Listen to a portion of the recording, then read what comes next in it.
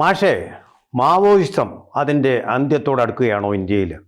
ഒരു കാലത്ത് കോറിഡോർ ആയിരുന്ന പ്രദേശങ്ങളിൽ, ആന്ധ്രാപ്രദേശിൽ കരിയും നമ്മളിലൊക്കെ കൂട്ടമായിട്ട് ഇതിൻ്റെ പ്രധാനപ്പെട്ട നേതാക്കാർ, ഇപ്പോൾ ഏറ്റവും ഒടുവിൽ കിട്ടിയ നമുക്ക് ഇപ്പോൾ കിട്ടുന്ന വിവരം എന്ന് പറഞ്ഞാൽ ടോപ്പ് മാവോയിസ്റ്റ് ആയിട്ടുള്ള ദേവ്ജി എന്ന് പറയുന്ന ആൾ, ഇപ്പോൾ ജനറൽ സെക്രട്ടറി ആയിരുന്നു ദേവ്ജി. അത് ഇപ്പോൾ കീഴടങ്ങി ഇരിക്കുന്നു. ആ കീഴടങ്ങിയ വാർത്ത ഔദ്യോഗികമായിട്ട് സ്ഥിരീകരിക്കാനിരിക്കുന്നതേ ഉള്ളൂ. ഉച്ചയോടുകൂടി സ്ഥിരീകരിക്കും എന്നാണ് നമുക്ക് കിട്ടുന്ന അറിവ്. ഇപ്പോൾ ഇതോടുകൂടി മാവോയിസ്റ്റ് പ്രസ്ഥാനത്തിന് ഒരു നേതാവില്ലാത്ത അവസ്ഥയിലേക്ക് പോവുകയാണ്. അപ്പോൾ അമിത്ഷാ പറഞ്ഞ പോലെ തന്നെ 2026 മാവോയിസം ഇന്ത്യയിൽ ഇല്ലാതാവും എന്ന് പറഞ്ഞ ആ വാക്ക് പാലിക്കപ്പെട്ടിരിക്കുന്നു. എന്ത് പറയും? പല കാരണങ്ങൾ അതിനെ നമുക്ക് ചൂണ്ടിക്കാണിക്കാനായിട്ട് ഉണ്ട്. ഒന്ന്, ഇത് കത്തിപ്പടർന്ന് വളർന്ന് വലുതായ ഒരു ഘട്ടത്തിൽ അവിടെ തീവ്രമായിട്ടുള്ള ചൂഷണമാണ് ആദിവാസികൾക്ക് അനുഭവിക്കേണ്ടി വന്നത്. അങ്ങനെ ചൂഷണത്തിന് വിധേയമായ, ചൂഷണം മാത്രമല്ല, അവരുടെ മാനം കാക്കാൻ പോലും പറ്റുമായിരുന്നില്ല. അവരുടെ സ്ത്രീകളുടെ മാനം കീറിപ്പറിക്കുന്ന ഒരു സ്ഥിതി നിലവിലുണ്ടായ സമയത്താണ് വയനാട്ടിലെ പോലെ. അതുകൊണ്ടാണ് അവരെന്ത് ചെയ്ത് കൂട്ടമായിട്ട് ആയുധമെടുക്കാനായിട്ട് തയ്യാറാണ്. അങ്ങനെ അവരുടെ മാനം കാക്കാൻ കഴിഞ്ഞു. അവരുടെ അവരുടെ ഒരു സ്വാതന്ത്ര്യബോധം കുറേ കൂടി ശക്തമായി. എന്ന് വെച്ചാൽ ഇന്ത്യയിലേക്ക് ഗാന്ധി വരുന്ന സമയത്ത് ഇന്ത്യയുടെ ജനങ്ങളുടെ സ്ഥിതി എന്ന് പറഞ്ഞാൽ ഇതായിരുന്നു. ഐഡൻറ്റിറ്റി ഇല്ല. അവർ മനുഷ്യയാണ് നല്ല പരിഗണന കയ്യിലുമില്ല. ബ്രിട്ടീഷ് പോലീസുകാരും നമ്മുടെ നാട്ടിലുള്ള ജന്മികളുടെ ഗുണ്ടകളും ഒക്കെ ഇവരെ അടിച്ചു പരത്തി അവൻ്റെ സ്വത്വം, ഐഡൻറ്റിറ്റി ഇല്ലാതാക്കി അവനൊരു കീടനെ പോലെ കഴിഞ്ഞു. ഈ കീടാവസ്ഥയാണ് യഥാർത്ഥത്തിൽ ഈ ചുവന്ന ഇടനാഴി എന്ന് നേരത്തെ ഇപ്പോൾ സാറ് പറഞ്ഞ ആ പ്രദേശങ്ങളിലുള്ള മുഴുവനും. എനിക്കൊന്ന് ജാർഖണ്ഡ് മുതലിങ്ങനെ ആന്ധ്രാപ്രദേശ് വരെയുള്ള, വയനാട് വരെ ഉണ്ട് ശരിക്കും. വയനാട് വരെ ഉണ്ടതല്ലേ? അതെ, പക്ഷെ അതെങ്കിലും ഇവിടെ ഇങ്ങോട്ട് വളരെ കുറവാണ് ശരിക്കും. അപ്പോൾ ആ കാട് പ്രദേശങ്ങളിൽ മുഴുവനും അവിടെയൊക്കെ ഈ ഖനികളും മറ്റും ഒക്കെ വലിയ തോതിൽ പ്രവർത്തിക്കുന്നു. അവിടെ വൻ മുതലാളിമാരുടെ, കോർപ്പറേറ്റുകളുടെ അതിഭീകരമായിട്ടുള്ള ഇടപെടൽ, ഇതിനൊക്കെ എതിരെയുള്ള ഒരു പ്രതിരോധം നിലക്കാണത് വളർന്നു വളരുകയും വികസിക്കുകയൊക്കെ ചെയ്ത്. നിരന്തരമായിട്ടുള്ള ഏറ്റുമുട്ടലുകളിലൂടെ ഇത് കുറേശ്ശെ ദുർബലമാക്കപ്പെട്ടിരുന്നു. നേതാക്കന്മാർ മുഴുവനും ഒന്നൊന്നായിട്ട് കശാപ്പ് ചെയ്യപ്പെട്ടുപോയി.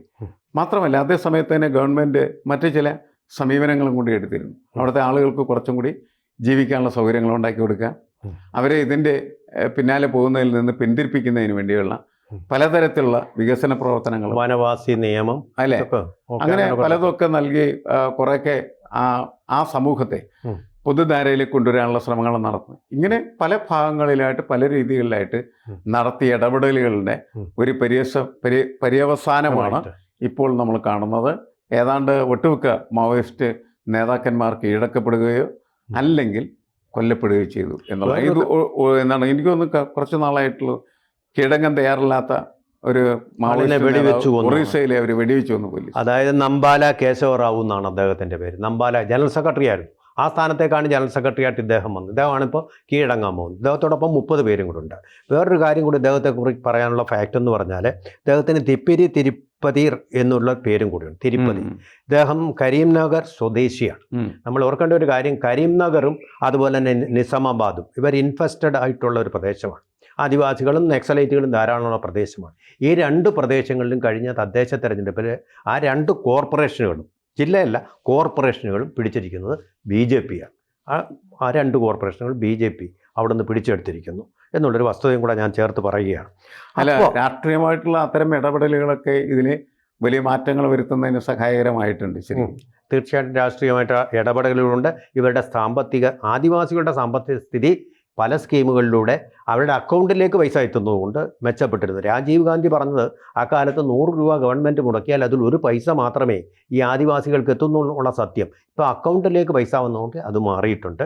അതുപോലെ തന്നെ ഏകവല്യവ്യ സ്കൂളുകൾ എന്ന് പറയുന്ന സ്കൂളുകൾ, അവർക്ക് വിദ്യാഭ്യാസം കൊടുക്കാനുള്ള സ്ഥാപനങ്ങൾ ഒക്കെ വന്നപ്പോൾ സ്വത്വബോധം, ഈ പറഞ്ഞ നഷ്ടപ്പെട്ടിരുന്ന ആ സ്വത്വബോധം അവർക്ക് വീണ്ടെടുക്കാൻ കഴിഞ്ഞിട്ടുണ്ട്. എന്ന് മാത്രമല്ല, നക്സലേറ്റുകളുടെ താവളങ്ങൾ എവിടെയാണെന്ന് പോലീസിന് അവർ കാണിച്ചു കൊടുക്കുന്ന ഒരു സ്ഥിതിവിശേഷവും ഉണ്ടായിട്ടുണ്ട്. അതിന് ഗവൺമെൻറ് ജുഡം എന്ന് പറഞ്ഞൊരു ബില്ല് കൊണ്ടെന്ന് കോടതി തള്ളിക്കളഞ്ഞു. അത് നമുക്കറിയാവുന്ന കാര്യമാണ്. അപ്പോൾ ഇനിമേൽ ഇന്ത്യ നക്സൽ മുക്തമായിരിക്കുമോ? അല്ല, ഇനിയിപ്പോൾ പഴയതുപോലെ അത് ശക്തമാകും എന്ന് നമ്മൾ പ്രതീക്ഷിക്കുന്നതിൽ അർത്ഥമില്ല. കാരണം ഒന്ന്, സാമൂഹ്യ അന്തരീക്ഷങ്ങളും അതേപോലെ തന്നെ സാമൂഹ്യ ജീവിത ക്രമങ്ങളുമൊക്കെയാണ് ഉം. അവരെ തീവ്രവാദ ലൈനിൽ കൊണ്ടുപോയിരുന്നത്. ഓക്കെ. അതിന് പകരമായിട്ട് അല്പാൽപ്പം ഉം. നമ്മുടെ നിയമവ്യവസ്ഥ അവർക്ക് ജീവിക്കാൻ പറ്റുന്നതാക്കി മാറ്റിക്കൊടുക്കുകയും ഉം. അതിനുള്ള സൗകര്യങ്ങൾ ചെയ്തു കൊടുക്കുകയും ചെയ്യുമ്പോൾ ഉം. അവരങ്ങനെ ആയുധമെടുക്കാനായിട്ട് നിർബന്ധിതരല്ലാതെ. ഓക്കെ. അപ്പോൾ ആയുധമെടുത്തല്ലാതെ തന്നെ ഉം. മനുഷ്യ നിലക്ക് ജീവിക്കാനായിട്ടുള്ള സൗകര്യങ്ങളിലേക്ക് ഉം. സർക്കാർ വഴിയൊരുക്കി കഴിഞ്ഞാൽ ഉം. കുറേയൊക്കെ ഇത്തരത്തിലുള്ള പ്രശ്നങ്ങൾ പരിഹരിക്കാനായിട്ട് കഴിയുമെന്നുള്ളതാണ്. കഴിയുമെന്നാണ്. കാരണം മാഷ് മെയിൻ സ്ട്രീം ലൈഫിൽ വരിക എന്നുള്ളതാണ് ഏതൊരു മനുഷ്യന്റെയും ആഗ്രഹം. ഓക്കെ. ഇത് ഒറ്റും അതിന് പറ്റാത്ത രീതിയിൽ വരുമ്പോഴാണല്ലോ ഉം. അവർ കലാപകാരികളായി മാറുന്നത്. ഉം. നിങ്ങൾക്ക് എങ്ങനെയാണ് ഉം. കലാപകാരികളെ നിർമ്മിക്കാൻ പറ്റുന്നതെന്ന് ചോദ്യം ചോദിക്കുന്ന സമയത്ത് ഉം. നിങ്ങൾ അവരോട് വളരെ മോശമായി പെരുമാറുന്നത് കൊണ്ടാണ് അവർ കലാപകാരികളായി മാറുന്നത്. ഉം. നിയമത്തിന് വിധേയമായിട്ടുള്ള രീതിയിൽ ജീവിക്കാനായിട്ട് അവരെ പ്രാപ്തമാക്കുകയും ഉം. നിയമം അവർക്ക് നൽകുന്നതായിട്ടുള്ള സംരക്ഷണം നൽകുകയും വേണം. അതിപ്പോ ഗവൺമെന്റ് നടക്കുക. ആ തയ്യാറാവണം. പ്രോസസ്സ് ഇപ്പൊ ആരംഭിച്ചിട്ടുണ്ട്. അതാണ് ഞാൻ പ്രധാനപ്പെട്ടത്. വേറൊരു കാര്യം ഗവൺമെന്റ് ഈ നിയമം എന്ത് തരത്തിലുള്ള സംരക്ഷണമാണോ അവർക്ക് പൗരന്മാർക്ക് നൽകാനായിട്ട് ഉം. തീരുമാനിക്കുന്നത് അതും. അത് കൃത്യമായിട്ട് നിർവഹിക്കപ്പെട്ടാൽ ഇത്തരത്തിലുള്ള ഒരസുഖം പ്രശ്നങ്ങൾ കണ്ടാലും കുറയും. ഇവിടെ നമ്മൾ ഞാൻ അവിടെ ഇന്ത്യൻ എക്സ്പ്രസ്സിലുള്ളപ്പോൾ ഡെസ്കിൽ ഇന്ത്യൻ എക്സ്പ്രസ്സിൽ പിന്നെ നമ്മുടെ ജീവനക്കാരുടെ രാഷ്ട്രീയമൊന്നും പ്രശ്നമില്ല. ഡെസ്കിലുള്ള ഇടതുവശത്തിരിക്കുന്ന പെൺകുട്ടി നക്സലൈറ്റുകാരിയാണ്. ഭാഗവതലു ചാരിറ്റബിൾ ട്രസ്റ്റ് എന്നുള്ളൊരു സൊസൈറ്റി വെച്ചിട്ട് നക്സലൈറ്റുകളെ സഹായിക്കാൻ കാട്ടിൽ പോകുന്ന ഒരു പെൺകുട്ടി, സുന്ദരിയായ പെൺകുട്ടി. അതങ്ങനെയാണ്. അവരുടെ പേര് ഞാൻ പറയും, കവിതാ ബാല എന്നൊരു പെൺകുട്ടി. അതുപോലെ തന്നെ ചന്ദ്രശേഖർ എന്ന് പറയുന്ന ഒരാൾ എൻ്റെ വലതുവശത്തിരിക്കുന്നത് നല്ല മിടുക്കനാണ്, MSc മൈക്രോബയോളജി, ഒന്നാന്തരം നക്സലൈറ്റുകാരനാണ് അദ്ദേഹം. PUCL എന്ന് പറയുന്നൊരു സംഘടന, ബുദ്ധിജീവികളുടെ ഒരു സംഘടന ഉണ്ടായിരുന്നു അന്ന് ഇവരെ സപ്പോർട്ട് ചെയ്യാൻ വേണ്ടിയിട്ട്. PUCL ഇപ്പോൾ പ്രസ് ക്ലബ്ബിൽ പത്രസമ്മേളനം നടക്കുമ്പോൾ പോലീസ് ഒരു ചുറ്റും വളയും, ആരൊക്കെയാണ് വരുന്നത് പോകുന്നതെന്ന് കാണാൻ വേണ്ടി ഞാൻ പോയിട്ടുണ്ട്. അവരുടെ സപ്പോർട്ട് ചെയ്ത് ഒരു മാനസികമായിട്ട് ഞാൻ അവരെ പിന്തുണച്ചിരുന്നു, ആദിവാസികളുടെ പ്രശ്നം കാരണം. അപ്പോൾ അവരെനിക്കൊരു പുസ്തകം തന്ന, ആ പുസ്തകത്തിൻ്റെ പേരാണ് സബാൾട്ടേൺ സ്റ്റഡീസ്. KN രാജഗോപാൽ എന്ന് പറയുന്ന ആൾ എഴുതിയതാണെന്ന് തോന്നുന്നു. അവർ പറയുന്നത് ഈ നമ്മുടെ സ്വാതന്ത്ര്യ സമരം എന്ന് പറഞ്ഞാൽ ഗാന്ധിയും കോൺഗ്രസും നേടിക്കൊടുത്തതല്ല, ഒരുപാട് ഉപദേശീയതകളുണ്ട്. അവരെല്ലാം ബ്രിട്ടീഷുകാർക്കെതിരെ ശ്രമിച്ചത് കൊണ്ടാണെന്നുള്ള വളരെ നല്ലൊരു ഗ്രന്ഥമാണ്. ഈ സബാൾട്ടൻ പൊളിറ്റിക്സ് എന്ന് പറയുന്നത് വളരെ പ്രധാനപ്പെട്ടതാണ്. ഇപ്പോൾ അതൊക്കെ കുറച്ചും കൂടിയൊക്കെ ഡെവലപ്ഡ് ആണ്. അല്ലെങ്കിൽ അത്തരം വിഷയങ്ങളിലേക്ക് കടന്നു വരുന്ന ആളുകളും ബുദ്ധിജീവികളും ഒക്കെ അതിനെ കൂടുതൽ പ്രാധാന്യമുള്ളതാക്കി അവതരിപ്പിക്കാൻ ശ്രമിച്ചിട്ടുണ്ട്. അതിനൊക്കെ അംഗീകാരം കിട്ടിക്കൊണ്ടിരിക്കുകയാണ് ചെയ്യുന്നത്. അപ്പോൾ മാത്രമല്ല, നമ്മൾ പോലും ഈ നക്സൽ പ്രദേശങ്ങളിലൊക്കെ അതിൻ്റെ പരിസരങ്ങളിലൊക്കെ ജീവിക്കുന്ന ആളുകളിൽ നമ്മൾ അതിനോടൊപ്പം നിൽക്കാനായിട്ട് ബാധ്യസ്ഥരായി തീരുമായിരുന്നു. കാരണം അത്രമാത്രം അനീതിയോടാണ് അവരെന്ത് ചെയ്യുന്നത്, പോരടിച്ചുകൊണ്ടിരുന്നിരുന്നത്. അവർ ആയുധമെടുക്കാനും നിർബന്ധിതരാകുന്നത് അതുകൊണ്ടാണ്. അപ്പോൾ അത്തരം സാഹചര്യങ്ങൾ പതുക്കെ കുറച്ച് കൊണ്ടുവന്നാൽ എനിക്ക് തോന്നുന്നു സ്വാഭാവികമായിട്ടും ഇതിൽ നിന്ന് ആളുകൾ കുറച്ചൊക്കെ മാറുന്നതിൻ്റെ കാരണം അതാണ്. ഇവരെക്കുറിച്ചുള്ള ഇൻഫർമേഷൻസ് കൊടുക്കാനും തയ്യാറാവുന്നത് ഈ മാറ്റത്തിൻ്റെ അടിസ്ഥാനത്തിലാണ്.